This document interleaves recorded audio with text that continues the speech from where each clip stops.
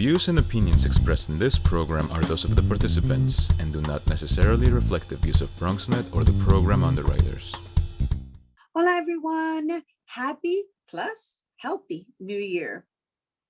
Welcome to Open BxRx Remote 2022, brought to you from my living workspace, Charby Executive Suite. I'm Rhina Valentin, your host Café con Leche every Friday. Here's what's coming up in today's show. Leading these off, we discuss what it means to set a value-aligned life in the new year with career and mindset coach Petrushka Bazin Larsen. After that, we'll be joined by multi-platinum producer Amadeus to discuss his musical journey through his new book release, The Story of Amadeus, and The Beat Goes On. And then we'll hear about Acuitzeramo, a latinx short film airing on HBOmax that challenges the perceptions of a conservative family in rural Mexico. Later on in the show, Bobby C brings us an up-to-date with the latest headlines in the world of sports.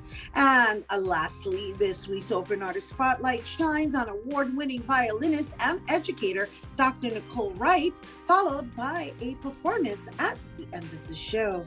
So sit back y prepárate. All this and more is headed your way because now we are officially open.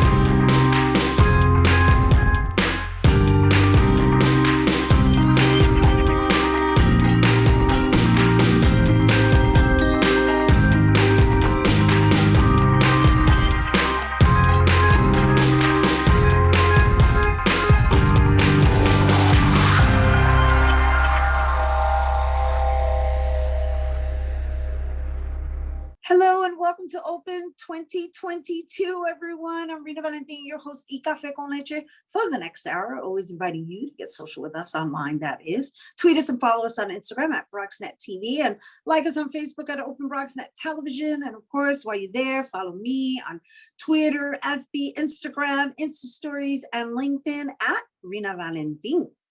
So happy New Year and welcome to the first Open of 2022.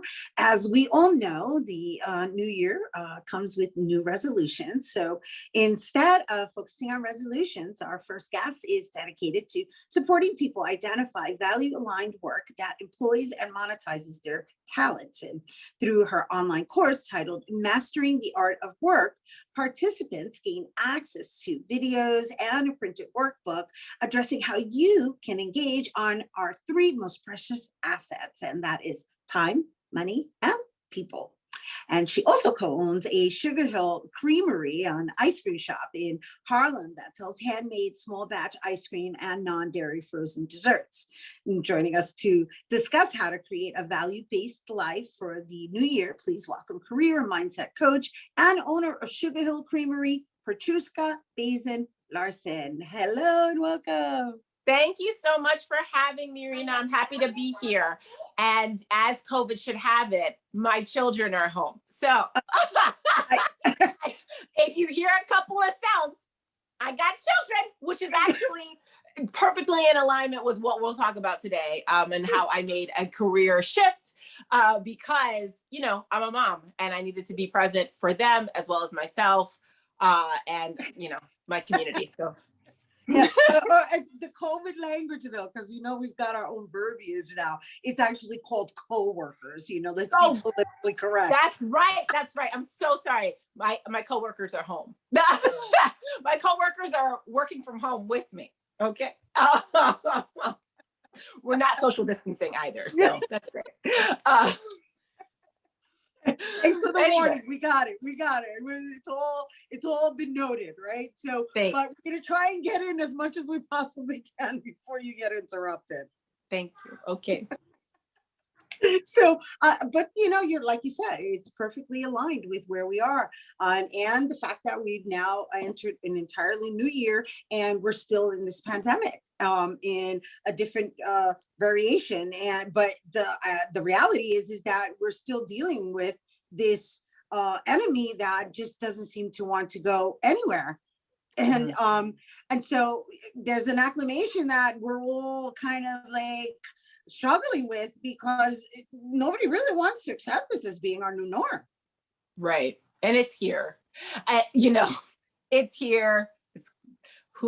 It's here. So we can either focus on how things were, or we can just be in the present, because the present is what's dictating our future, not the past. And a lot of times our ideas about everything are rooted in the past. I did this in the past, so therefore I don't think I can do this in the future, or I can be this person right now. This happened to me in the past, so I don't think I'm prepared to do these things right now or in the future. But this is something that I talk about in my course, and with my one-on-one clients, and how I live my life. Like, things that happened in the past are in the past. There's nothing I can do about them. They're all done.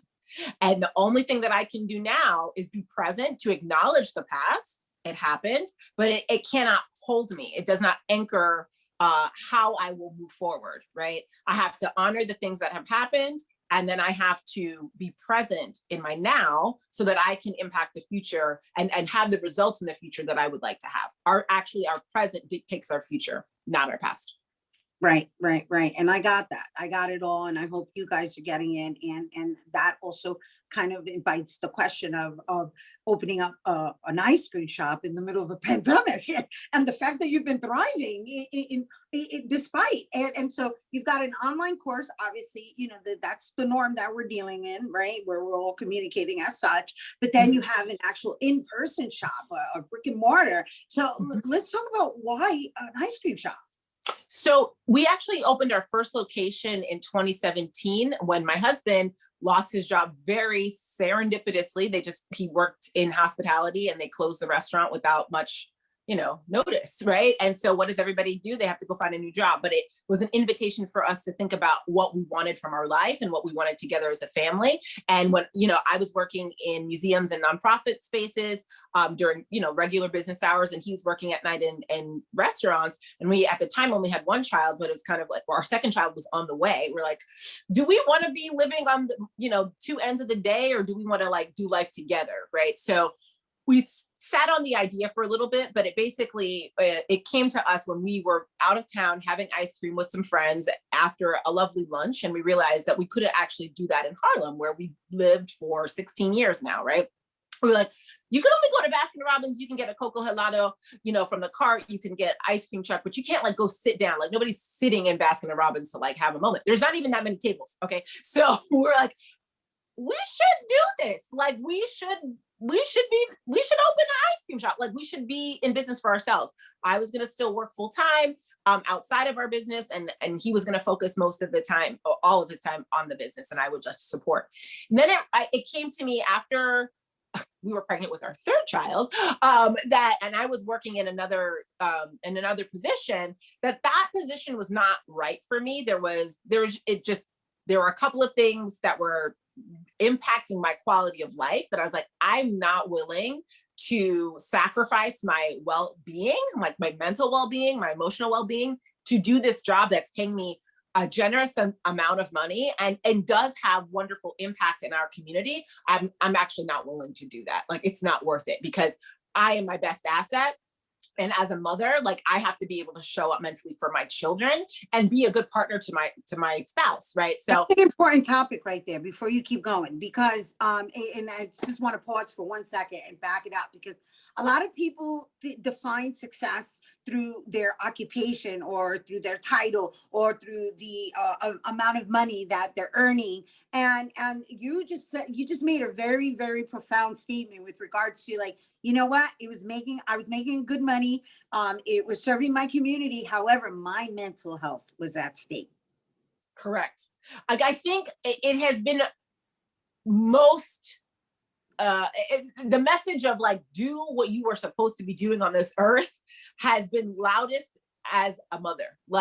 I've always done work that I'm passionate about. I've always done work that is interesting to me, right? But if I am unable to come home and be present to the people that didn't ask to be here, but that I made, or posted in my body, I'm a mother, so I understand. You understand? It's like, what is the point? Because they learn by example. So if they're seeing me model unhealthy work practices, they're seeing me do things that are negatively impacting me just for the check, that's not the message I want to give them, right? Do the value aligned work, be compensated for it so that you can have the lifestyle that you desire. But like the first and foremost priority has to be your mental health, you know, and your emotional health. Now, because you I don't want to can't run out of time without you defining what value aligned it means in your course, because we're going to be running out of time, and I knew this was going to happen between us, but I want to make sure, that our guests understand where wealth really comes from, right? And it's really in your wellness. Absolutely. So I define it as, okay, in the course, we talk about what is your purpose, right? And for some people, their purpose in the first, you know, a given time, like this next 10 years might be different than their purpose in 20 years, but they do have a purpose, right? And that purpose, we have to identify what that is. And then we set our goals based on that. How do you want to be showing up in the world in the next 3 years? How do you want to be showing up in the world in the next 10 years, right? And thinking about what your interests are, what your God-given abilities are, and really putting that in a pot and seeing what comes out of that, and then what you can make as a result, right? What you can make and bring to market, I should say, for people to enjoy, right? And so a lot of the people that have taken the course and the people that I work with one-on-one often are career shifters. They are sometimes in a career that they're not really sure if they're ready to shift, but they're like, this ain't it. And I need time to think about what my next step is.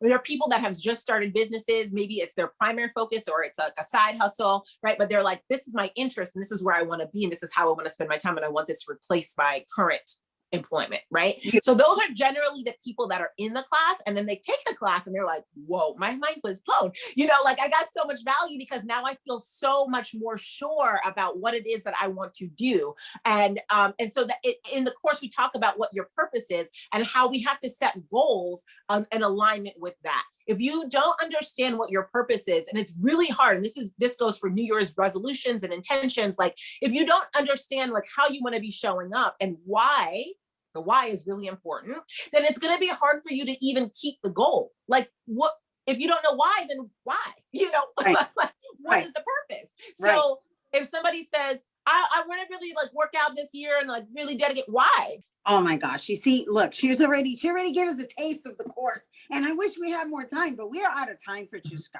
Okay. And I know, and I knew that was going to happen, but I do want to say everything that you're saying it's so important for you guys to really get it, right? Because the why really is about understanding that there's a deeper meaning behind your actions. And when you recognize what that deeper meaning is, it allows you to keep moving forward as opposed to quitting.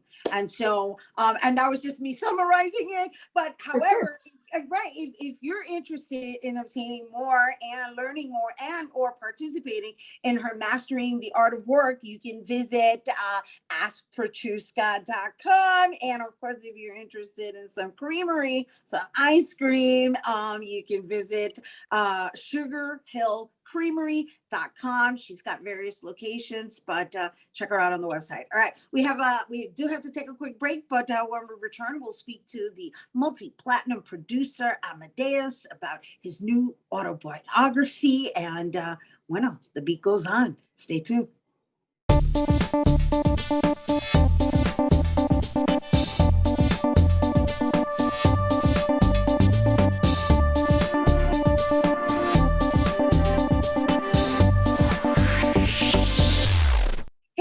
Welcome back. Our next guest is a multi-platinum producer, drummer, educator, motivational speaker, and now author.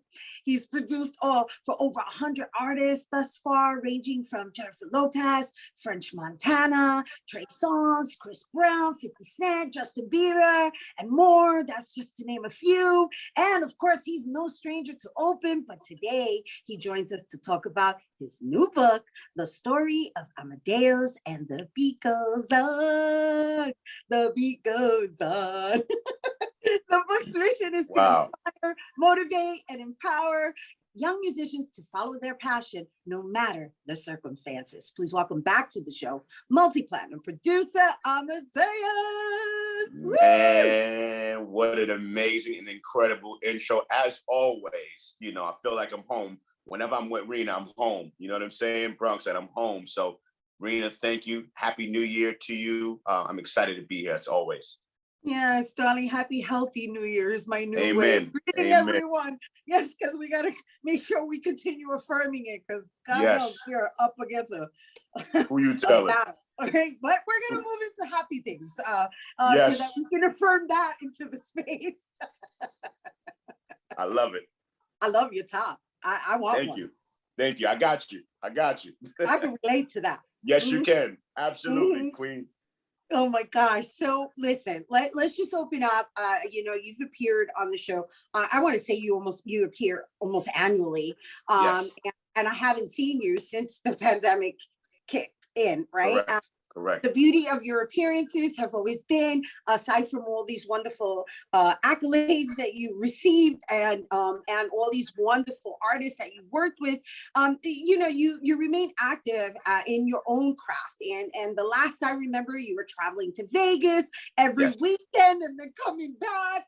And so I'm going to assume that got put to a halt. And I just really want to know what you've been up to the past 2 years before we jump into the book. Yeah, and you're absolutely right. You hit it right on the head. This pandemic has been extremely difficult for us all, especially, you and I being in the entertainment business, our lives having to do with being around and with people 24/7, whether it's television like yourself, whether it's creating music or performing like myself. So it's been very difficult. So yeah, I went without going to Dre's in Las Vegas for my residency for about 1.5 years. It's been about 2 years since performing alongside Trey Songz and the Trey Songz Experience. Very, very difficult. Very difficult. You got to think. It's like doing what you dreamt of doing and what you love and most passionate about on a consistent basis, every day, every other day, every week, every weekend. So all of that coming to a halt. And at first, I'm not going to lie, Rhina, you and I both move around so much. We work so hard. We're always on the go. And for the first time, I was like, okay, I think I like this. I like having a rest for a second, right?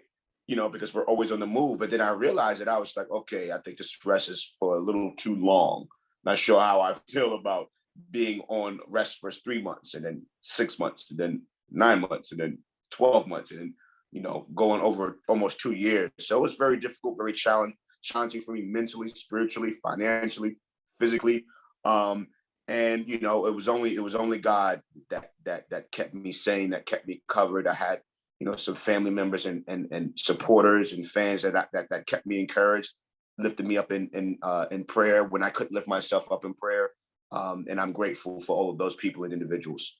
Oh my gosh, thank you for keeping it real. Like that was so raw and real, because this is where we are, right? In this space of like, hey, you could be all the way on top. And then the reality is guess what? We're all human. We all have feelings. And then when you're a crafts person, which is what you're discussing right now, and that gets put to a halt on a level of like, okay, so this is what I do for a living. Like, this is my passion. This is my love. What do I do? And what's really been, I want to say, the silver lining of the pandemic is that it's forced a lot of people to pivot and shift their crafts personship. I refer to myself as a craftswoman. You're a craftswoman.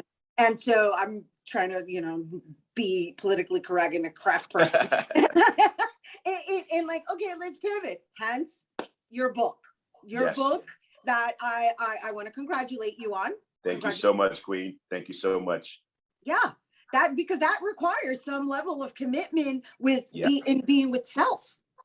Yeah, that is true. That is true. And so let's talk about how that was a healing process for you as well.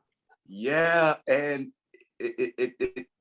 we had completed the book, right? And then a very unfortunate situation happened, which was the passing of my bishop and pastor, who played a huge role in who I am today as a musician, as a producer, and as a being, as a man, as a king, as a father. You know what I mean?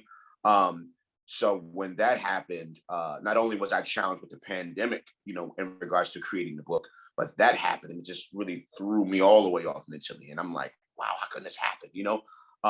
But one thing she's always taught me, out of the many things she's taught me, is to always push through, even through the pain, even when you don't understand, even when you don't feel it, even though when you don't know where you're going, will you be in the next minute, the next hour, the next day, the next month? And I gotta say her name. Rest in peace, sleep in peace to the one and only Bishop Michelle White. Sending her love and light. Amen, amen. And so I had to go back in and create a moment. And now I definitely paid homage to her in the book already. Yeah, I saw that. I saw that. She's part of your spiritual vessel family, which I love that. I love that. So I just felt like I needed to create a bigger moment for her and really celebrate her. And I want the world to know her name. I want the world to know who she is and how important she is to me in my life personally, spiritually, and on a music level. You know what I mean? So, the book, I'm very excited about it. I'm very proud of it. And it's just a moment. And I love this conversation. I love when we converse, when we converse. It's a moment of showing people that through the pain, through the chaos, through controversy, through challenge, through all of those different things and more, something monumental, something beautiful, something that's a blessing can come out of those moments. And that's what this book is. It's the story of my life, the story of how I became who I am today as a musician, as a producer, and just getting into the details of me being a child and getting my first drum set, my first piano, going to church, different schools that I went to, picking up drumsticks for the first time in 4th grade. So all of those different moments that you would never know unless I shared it with you like I did, just for you to understand the journey and the process and how hard it is to get from point A to point B in life, but at the same time, encourage the young kids, and not just kids. It's a kid's book. It's for teenagers and youngins, to enjoy and to appreciate.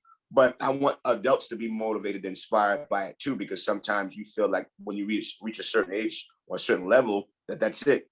And it's never over.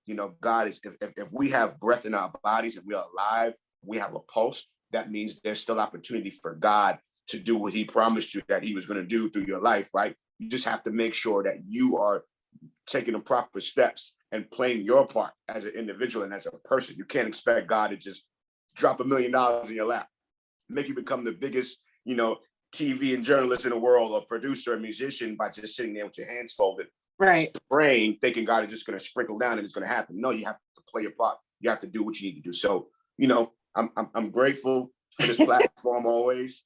Grateful for this conversation, and I just pray and hope that this book encourages everyone that reads it to just chase their dreams, pursue it, regardless of circumstances, regardless of where you're from. I'm from the hood in the Bronx. You know where I'm from, Rhina. I know. From This is what I love about the book. What I love Avenue. about the book is that it's raw and it's real and it's relatable from an urban perspective, right? Because I'm really all about like urban upbringing, and we all have our own code in some aspect, right? And so the book itself, while it loans itself to spirituality, which I love, it also provides this sense of hope to just find that relatability within the community of those who may need some form of hope, Yes, absolutely. You nailed it. Anything is possible, and you're a living example. And I'm so happy you immortalized your story so that the next generation can follow suit in the years to come. Thank you so much for bringing it here to us. I had to. Amadeus. I love it. I love you. I love it. I love you too, honey. I love you too. All right, you guys, for more on Amadeus and his book, The Story of Amadeus, and the beat goes on, please visit IamKingAmadeus.com. And of course, you can check him out on IG at Amadeus PBM. All right, we got to take a quick break, but when we return, we'll hear about a new Latinx film streaming on HBOmax. You don't want to miss. Don't go anywhere.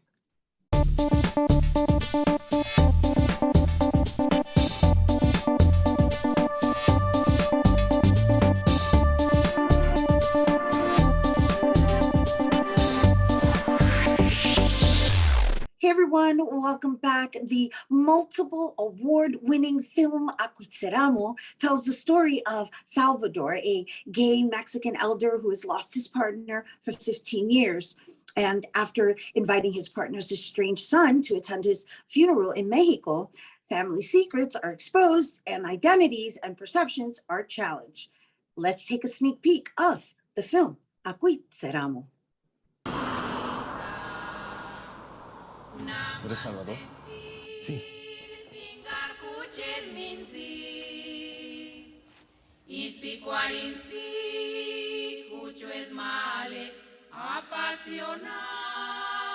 Pero hay que caray, Solo vengo por lo que me dejó mi papá.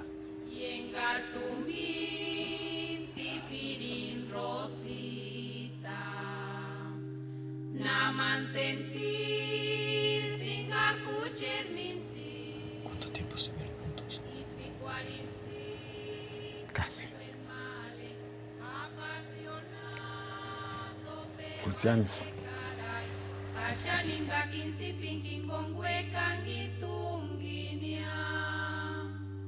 Petrushka Bazin rosa, ay, Rosita kuchet minsi, ispikuarinsi, puchuet male, apasionado, pero hay que caray, kashaninga kinsi pinkin gongwekan gitunginia.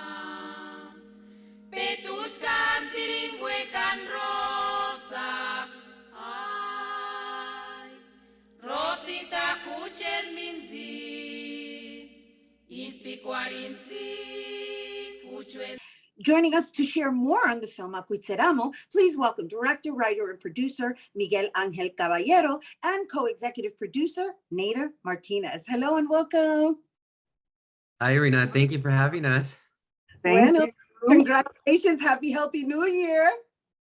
Happy New Year. Yeah, I've been greeting everybody with a happy, healthy because, you know, we have to affirm and put it in this space. Pero congratulations on now streaming on HBOmax. Let's start there. Yeah. Yes, it's you know, it's funny because I approached Neyda, I think it was like 2 years ago, and I told her about what I wanted to do, and she said, so where do you want this? How do you see this happening? And I said, well, I wanted to, you know, to shoot it. I wanted to have a festival route. I want to inspire people to open up a dialogue about this topic that we rarely talk about. And I would love for it to end up on HBO. And thanks to Neyda's work on the film, here we are in 2022. Bravo, bravo. And so, you know, we can't start without mentioning all these wonderful awards. I don't think we can mention them all, but you've been winning awards since 2020. And God knows that list is long. I mean, you've got Best Short American Pavilion. I'm just going to name a few at Cannes Film Festival, Imagen Awards in 2020. You've got Sedona International Film Festival. And I'll maybe mention one more. Let's see, we'll give it the Silver Image Award in Chicago, just to mention that, you know, just so that our audience recognizes that this film has toured internationally. It really has. And Rhina, you know, honestly, like even when Neyda and I talked about it, the passion was there to make a film of a gay elder. And like I mentioned, it's a topic that we don't talk about. And my dream was just to premiere it festival-wise, you know, at the Morelia International, which is the hometown, which is the state where Acuitzeramo is in. And that's it. And we thought, you know, it's going to be mostly in Spanish, although we do have somebody from Chicago that goes over to Mexico. So, and we are US-based filmmakers, but nobody's really going to get it. And we're going to be okay with that if we do one film festival. That's fine. And then, Rhina, it just started catching fire, festival after festival. And we just couldn't believe the amount of awards, audience awards, everything, because I think it resonated to a truth that, like I said, in our community, we don't talk about. And it opened up, you know, a dialogue about, let's talk about queer elders. Let's talk about gay elders. Like, what about that? They're forgotten in our daily lives, but like, let's have this conversation. And I think because of that, the film took a mind of its own, and it just, you know, it went off and left us all behind. You're all catching up now. So I'm just going to introduce Neyda to our audience in just recognizing her for all of the work that she's done. I mean, you've already acknowledged her, but we know her as a documentary filmmaker, and this is not a documentary. I mean, you know, the last time we had you on was for Decade of Fire. We've had you on for Lucky. I know you just recently worked with the Young Lords, the documentary, The Takeover. And so what compelled you to take on a short film? Well, Miguel is my family. Miguel is my secret weapon LA family. And actually, we've had a relationship for probably 15 years, if not more. We met when I was on the board of the National Association of Latino Independent Producers. And in fact, this is the second feature project which Miguel is connected to, for which I serve as a co-executive producer. So I just believe in the collaborative team spirit, the aesthetic, the quality, the urgency, the wisdom that Miguel and his colleagues bring to the table. And he knows that I'm always, you know, manos a la obra. What can I do to help? That's beautiful. I know. That's who you are. And it's so lovely. We're so fortunate to have a producer like yourself accessible to us. And I say that endearingly. She does the same for me too. I try. And so, but getting back to the story of Acuitzeramo, I do want to share that there was this interesting conclusion that really came unexpectedly. And, you know, if you'd like to mention it, you can, but just the narrative itself and the colors in it, the visual aesthetics, it's so beautifully made. It's so beautifully made. Thank you. Yeah. And I think what you're referring to is the sort of, you know, reveal in the end that, you know, and it happens in many families. And in my family, for example, I've had uncles that have just, you know, we knew they were gay and they've just vanished from the family because it was easier to run away than to be judged and criticized and, you know, not accepted for who they were. So in this way, that's what one of the protagonist's father does. He leaves because the wife tells him to go because of who he is and don't come around our child anymore. Mm-hmm. Meanwhile, the son thinks that he was abandoned until he gets a call that says, you know, your father was living in this small town for 15 years. He passed away. And I was his lover. So he goes there and he rediscovers, like, you know, his father and who he was through his father's partner. And at the very end, which is what you're talking about, Rhina, we realize at one of the last scenes that the son was also gay. So what I really wanted to do there is just show how, you know, shame within our community and families could just drive us away because of the unknown, because of the fear of not being accepted, fear of being shunned from the tribe. So in the end, we realized that the father was gay and he ran away because he didn't want to tell his son because he thought he wouldn't accept him. And the son was also gay and he never told his father because he thought his father would never accept him. So you have this whole life that just was broken and it never, you know, had a life because of this shame and fear.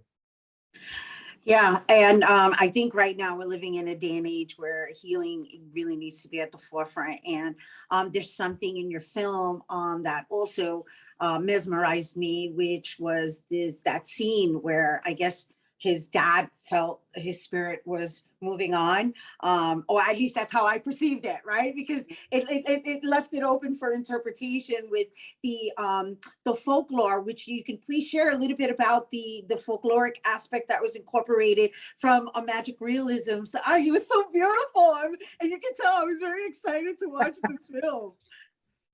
So we do have like a sort of surreal moment with what's traditionally from the state of Michoacán, from where Acuitzeramo is, of the baile de los viejitos, the dance of the elderly. And that's one of the most traditional Michoacán dances where, you know, you put on old person mask and you do a dance sort of like in the film. But like digging back, my producing partner, our other producing partner, Luis, we kind of dug back into what it meant. And that dance was performed by wise elders and shamans before. And what it was is it was a link from once somebody passed, it was a dance that was performed to help the spirit from the physical world into the spiritual world. So the father in this case refuses to leave until he sees that there's peace and acceptance between his partner and his son. And as soon as that happens, the dance starts happening and he just transcends. And that was like the whole point. But like you said, Rhina, this could be completely interpreted into 100 ways and they're all correct. And that's beautiful. Go ahead, Neyda. I know you were going to say. Well, no, I just wanted to share it, and because Miguel is working on a triptych, so this is the second piece. There was a first piece where I don't know where you can find it, but Broken Sunflower Hearts, also with a Chicago connection, which is no accident because that is my hometown too. And then he's also building on this body of work to develop a feature for which I also hope to be supportive of. That's wonderful. I love this. And thank you so much for bringing it here to our audience. I think it's important that we continue to have our stories streamed and or viewed on a broader level. So I'm so excited that it's streaming on HBOmax. Congratulations to everyone involved. You guys, once again, Acuitzeramo is streaming on HBOmax right now. And if you're interested in more information on the film and their future projects, you can visit acuitzeramofilm.com, and on IG, you can also visit them at acuitzeramo_film. All right, stay tuned. Bobby C's Weekly Sports Roundup is coming up next.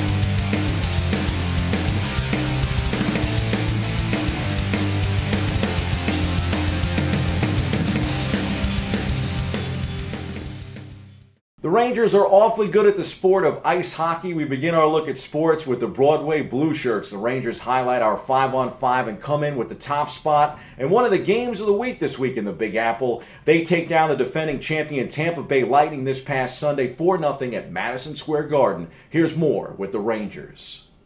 First one was on the power play. Second one was deflected off their stick, I think. And third one, great pass by Pride. So it's just,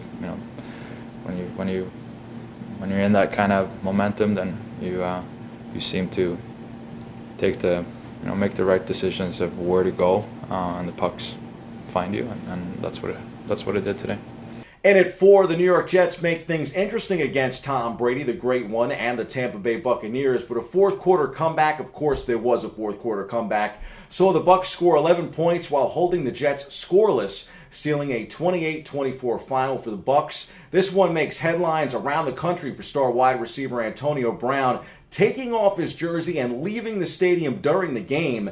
AB was told to play. He told the Bucs coaching staff he was injured and not ready to play, so head coach Bruce Arians cut him right then and there on the sidelines. Bizarre turn of events. Meantime, Jets head coach Robert Saleh took us inside Gangrene's latest defeat. It's unfortunate that we're going to be talking about the last sequence of events there, but I thought our guys were outstanding today. They deserve better. We won that game, and we've got to be better for our players. Zach was outstanding. Our run game was outstanding. All the way across the board, everybody was outstanding. Defensively, we held up, did a lot of great things.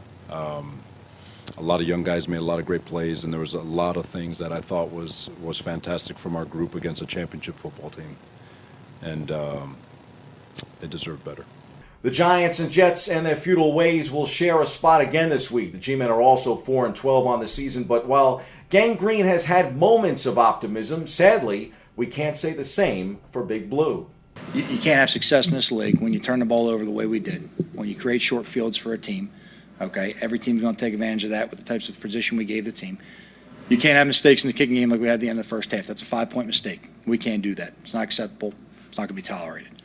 So in terms of, how the team played, look, the one thing I'm repeatedly proud of is the way they play and they finish. And they fight and they play for each other and they showed up to work. They practice hard, they prepare well. All right. The reality is we got to eliminate the things that are mistakes, give ourselves an opportunity and a chance for success. And overall, we talk about the big marks we had to hit, but ultimately one of those big marks, the turnovers right there early in the game set us behind a good deal. And, we didn't do enough to overcome it. So that being said, a lot of credit to the Bears. Matt and his team came out today, did a better job than we did, and they deserve to have the success. They're a great team. They have a great defense, a bunch of heck of players over there. In the run game today, I think the O-line did a tremendous job of opening up holes for me and Book. But, as offense collectively, as a whole, we just didn't do enough to get the job done, and we just got to be better. I don't think you're in the game with the mindset like, dang, we can't pass the ball. Obviously, you see where the game's going. Obviously, you're getting behind. But, like I said, as a whole, offense, we didn't do enough. In the run game, in the pass game, as a whole, we didn't do enough to get the job done. And that's just the end of the story. At 3, we move to college football and the annual bowl game here in the Bronx. The Pinstripe Bowl was all Maryland in this year's edition, a 54-10 crushing of Virginia Tech. We go back inside the locker room for more. I can't even put in, to words of just how proud I am of this team. As I told the seniors before the game, we'll forever be indebted for those guys because they really have put this thing on a really solid foundation that I think shows the trajectory of what our program can be. We've come a long way as a program since 2019. It's been a lot of hard work, hasn't been easy, but these guys have really bought in to what winning football, what you have to do to have winning football.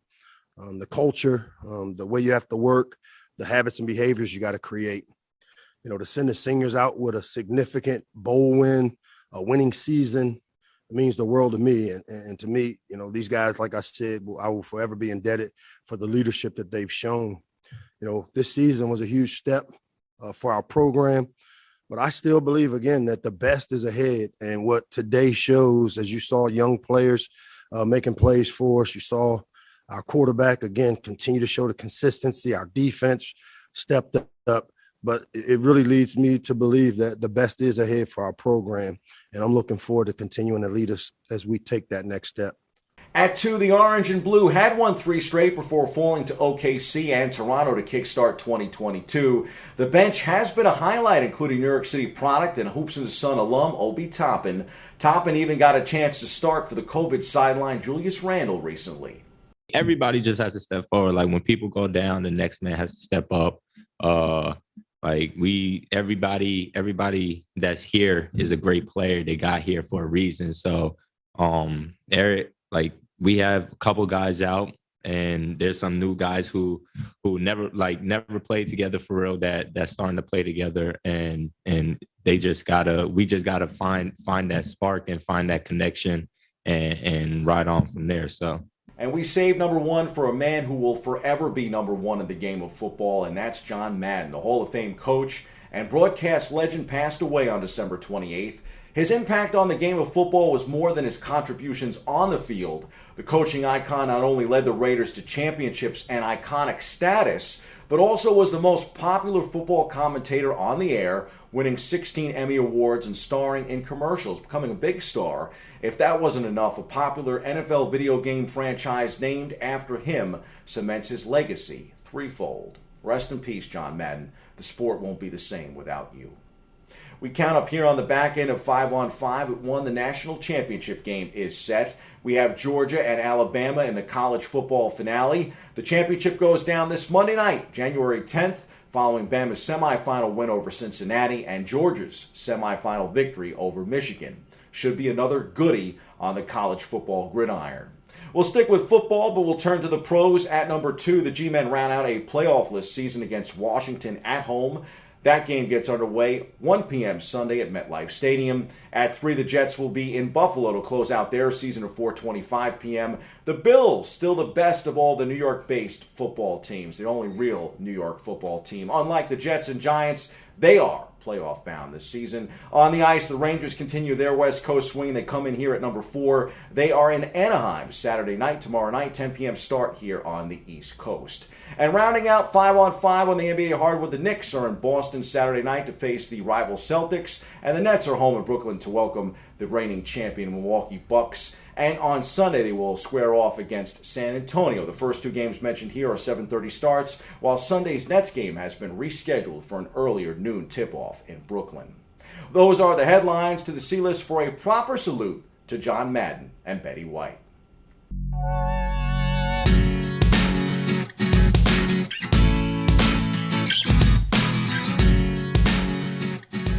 John Madden wasn't the only star we said goodbye to in the final days of 2021. The beloved actress Betty White died on New Year's Eve, just 18 days before her 100th birthday. She had recently explained her longevity, saying, open quote, "I always find the positive," close quote. White made her mark in comedy, touching the lives of so many, including sports stars. She was alive for all 27 Yankee World Series titles, albeit very young for the first one. A golden girl indeed. Like Babe Ruth, the star of those first great pinstripe teams, her personality was larger than life. The same could be said for the oversized personality of John Madden. A sad way to close out 2021, but I'll start 2022 with those same words from Betty. Find the positive, or at least try to. That's your look at sports. I'm Bobby C.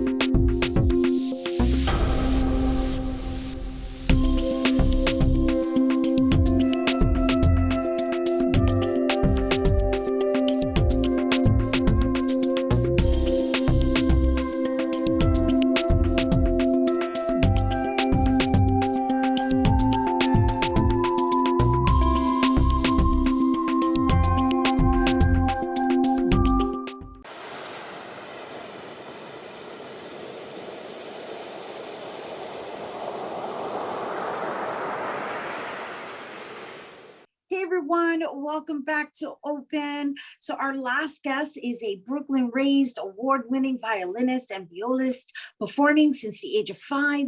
She's played with the Symphony and Sea Orchestra, Carnegie Hall's Link Up Orchestra, and as an onstage musician at the Metropolitan Opera. She's performed alongside acclaimed artists such as Madonna, Miley Cyrus, John Batiste, and Chelsea Cutler, and that's just to name a few.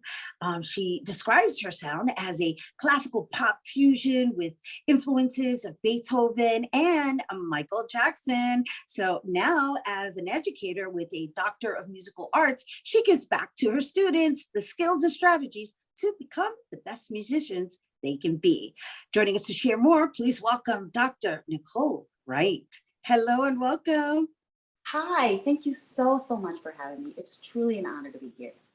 We are so happy to have you on our first episode of the year. So happy, healthy New Year's, how I've been greeting all of my guests in this episode, because, you know, at this particular time, I don't think we are where we thought we would be in 2022. That is very true. But happy New Year, and wishing you so many blessings for this year and many more years to come. Oh, thank you. That's sweet. So let's talk about where we are and your career, right?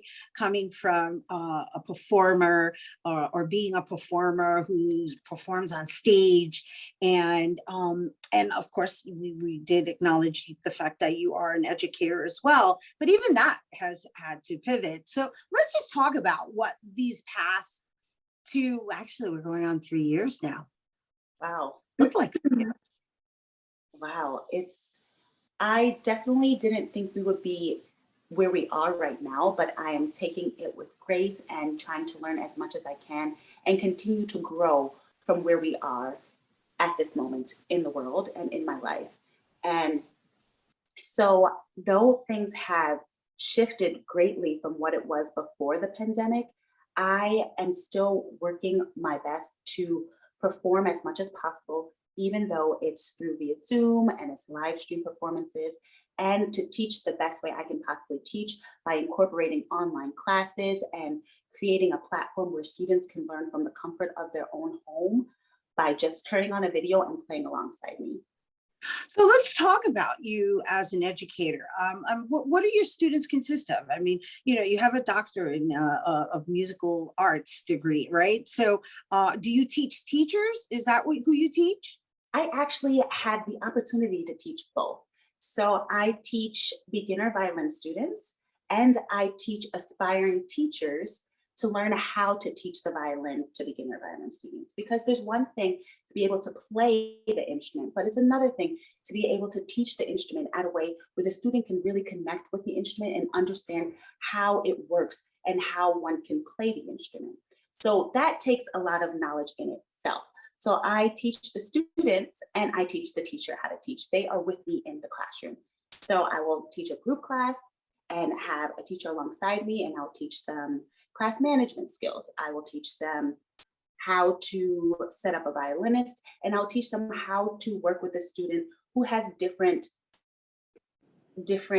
types of issues and how they can go about teaching those issues and using the knowledge that they have to help the student become the best that they can be. And in my dream, I would love for my student to actually surpass me, because they're the next generation. So if I can get them to be better than me, I know that the world is just going to continue to grow and be a better place. Yeah. Speaking of which, your choice of songs, which we'll talk about later, which is lovely. It's quite lovely. It's so apropos. But before we even go there, I did want to just discuss what that must feel like for you to deal with someone who's a beginner versus someone who is a beginner in teaching the violin. So there's that seasoned and complete. That's a really broad range. Yeah.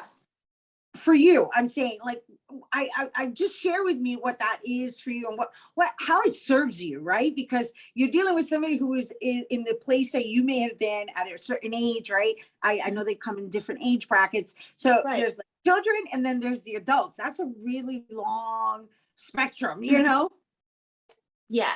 So when working with children, teaching alone, I truly believe that performing and teaching go hand in hand.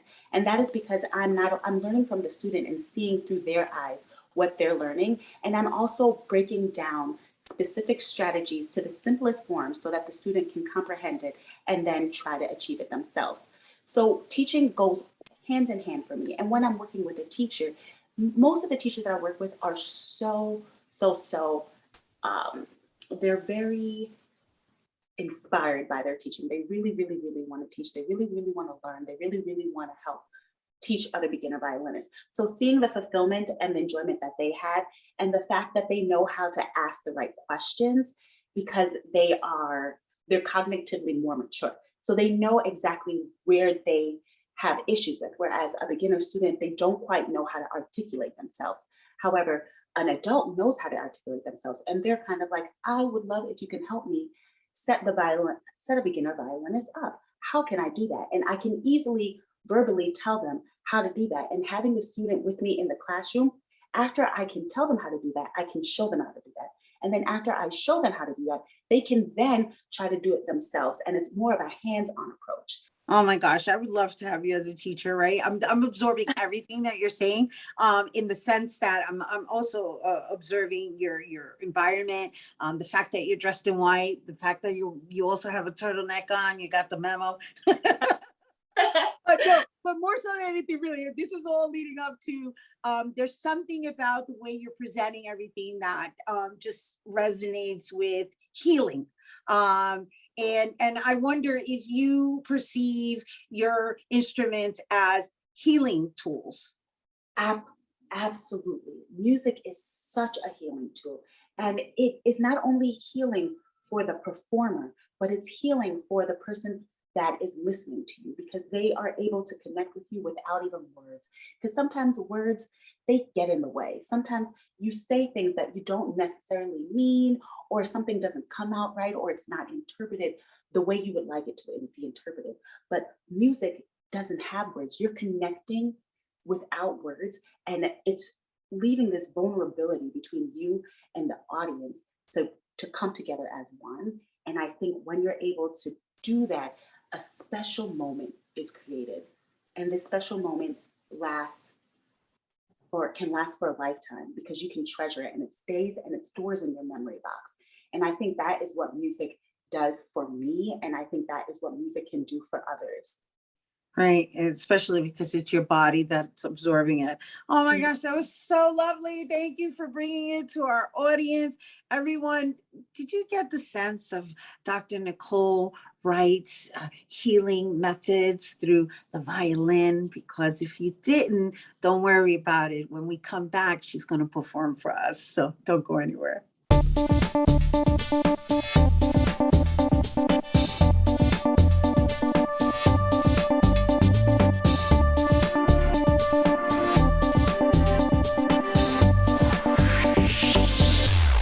Hey everyone, welcome back. Here now to perform a classical cover of Michael Jackson's Heal the World. Please welcome Dr. Nicole Wright.